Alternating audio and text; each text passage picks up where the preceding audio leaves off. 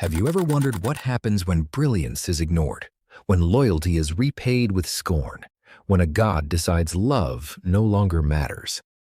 This isn't just a myth. It's a tragedy written in fire, the story of Loki, the god who burned the heavens. Asgard once gleamed at the heart of creation, shining towers, endless sky, gods drinking mead beneath obedient stars. They called themselves immortal, perfect, divine.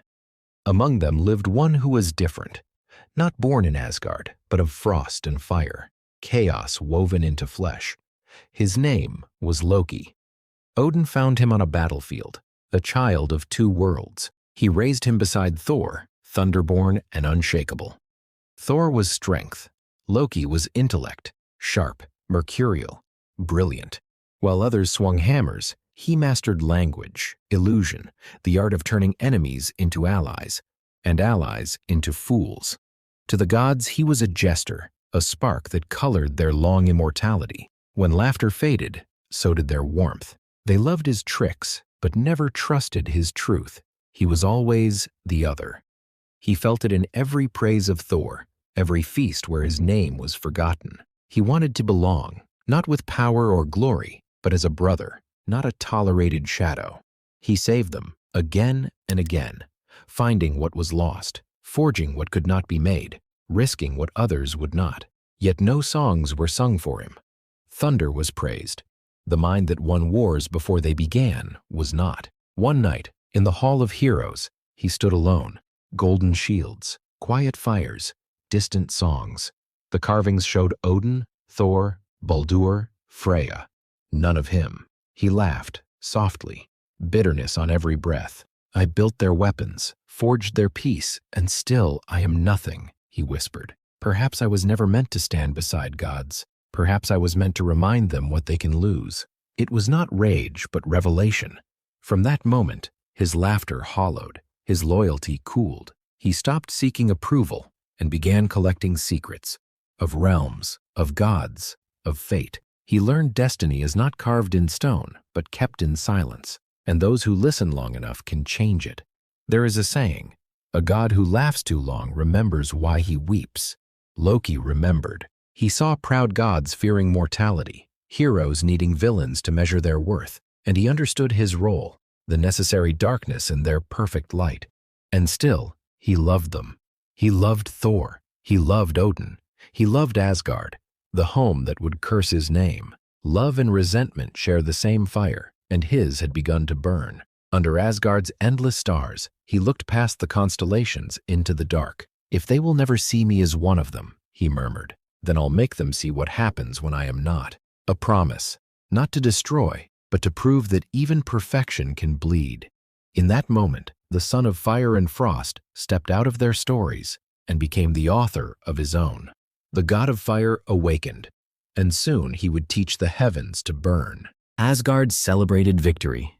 Laughter echoed, mead spilled, and songs soared. But amid the revelry, a stillness. The trickster's voice was gone.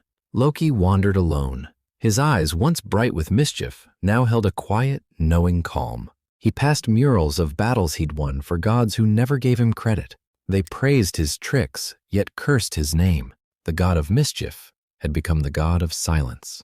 The question burned in him. Why was the architect of their victories treated like a shadow? That question twisted into something darker, clarity. Beneath the roots of the world tree, he found the answer. In the forges of the dwarves, Loki, cloaked in gray, spoke with a voice like winter wind. Forge me something not of war, but of truth, a thread that can bind what no strength can hold. For 7 nights their hammers struck like a heartbeat in the dark. They presented their creation, a ribbon, delicate as silk, glowing like sunset. Gleipnir, forged from paradoxes, the sound of a cat's footstep, the beard of a woman, the roots of a mountain. It was the chain of lies that would bind truth. Loki smiled, not with joy but recognition. This was no weapon, it was a lesson. He returned to Asgard. The gods welcomed him with forced laughter.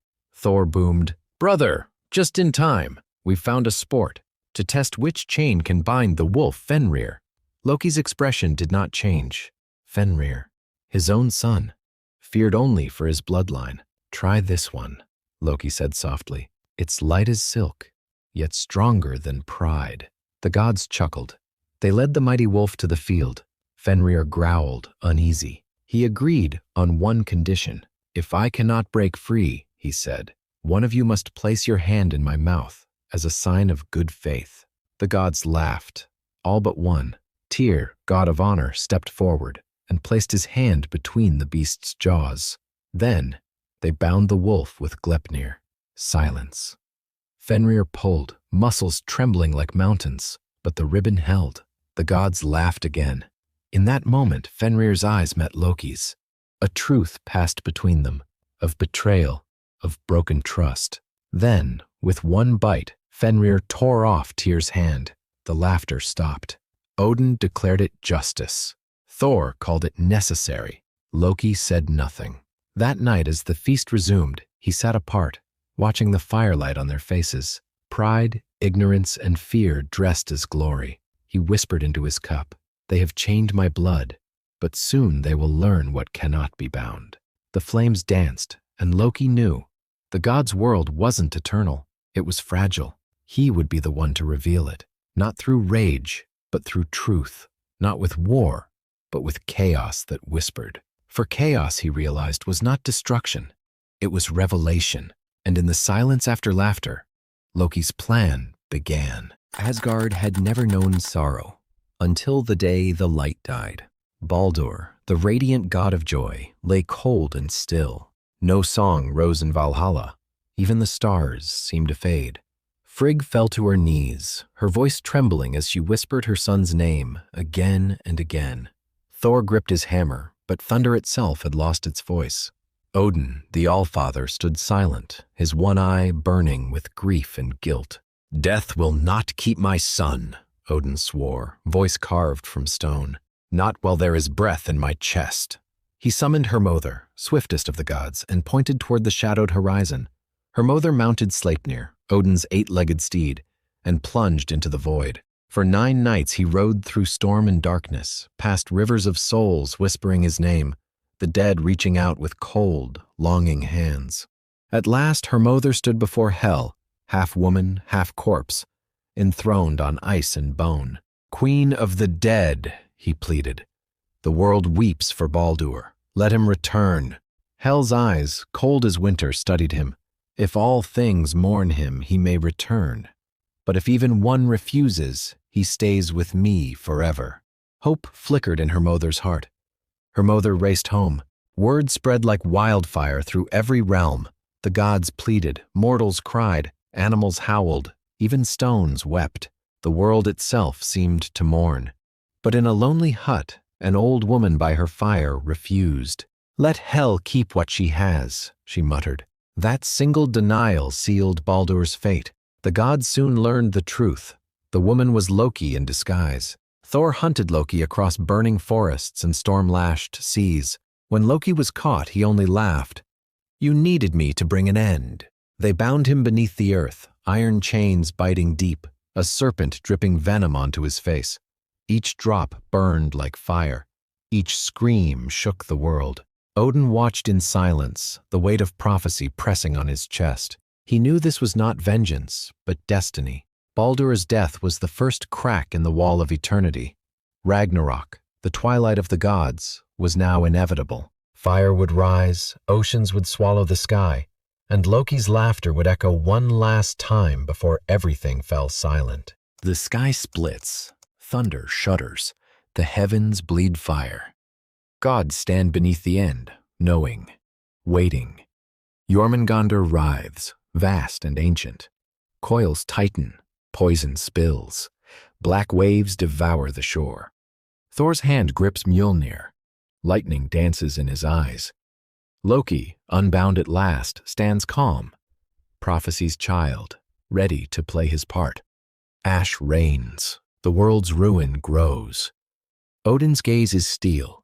Freya's lips move in silent prayer. Loki watches it all, regret flickering in his heart. The earth cracks. Fenrir's jaws, wide as night, close around Odin. The Allfather is gone. Thor turns to the serpent, rage and sorrow entwined. Loki could flee, fade into shadow, but he stays. He must finish what he began. Loki faces Heimdall, fated enemies, bound by doom. Blades flash, the clash is fierce, neither yields. Both fall, breathless, to silence. Towers crumble, gold melts. Surtur's flame sweeps the world clean. All that was ends. Ash drifts on the wind. From the blackened earth, a single green leaf stirs. Lif and Lifthrasir rise, life's fragile hope trembling in dawn's light. The gods are gone, their halls are dust, but stories linger. Loki, chaos and change. Ragnarök, an end and a beginning. If this story moved you, remember, legends never die. Subscribe to Echoes of Time, where ancient myths live again, and the voices of forgotten gods still speak. Tell me in the comments, was Loki truly evil or just misunderstood?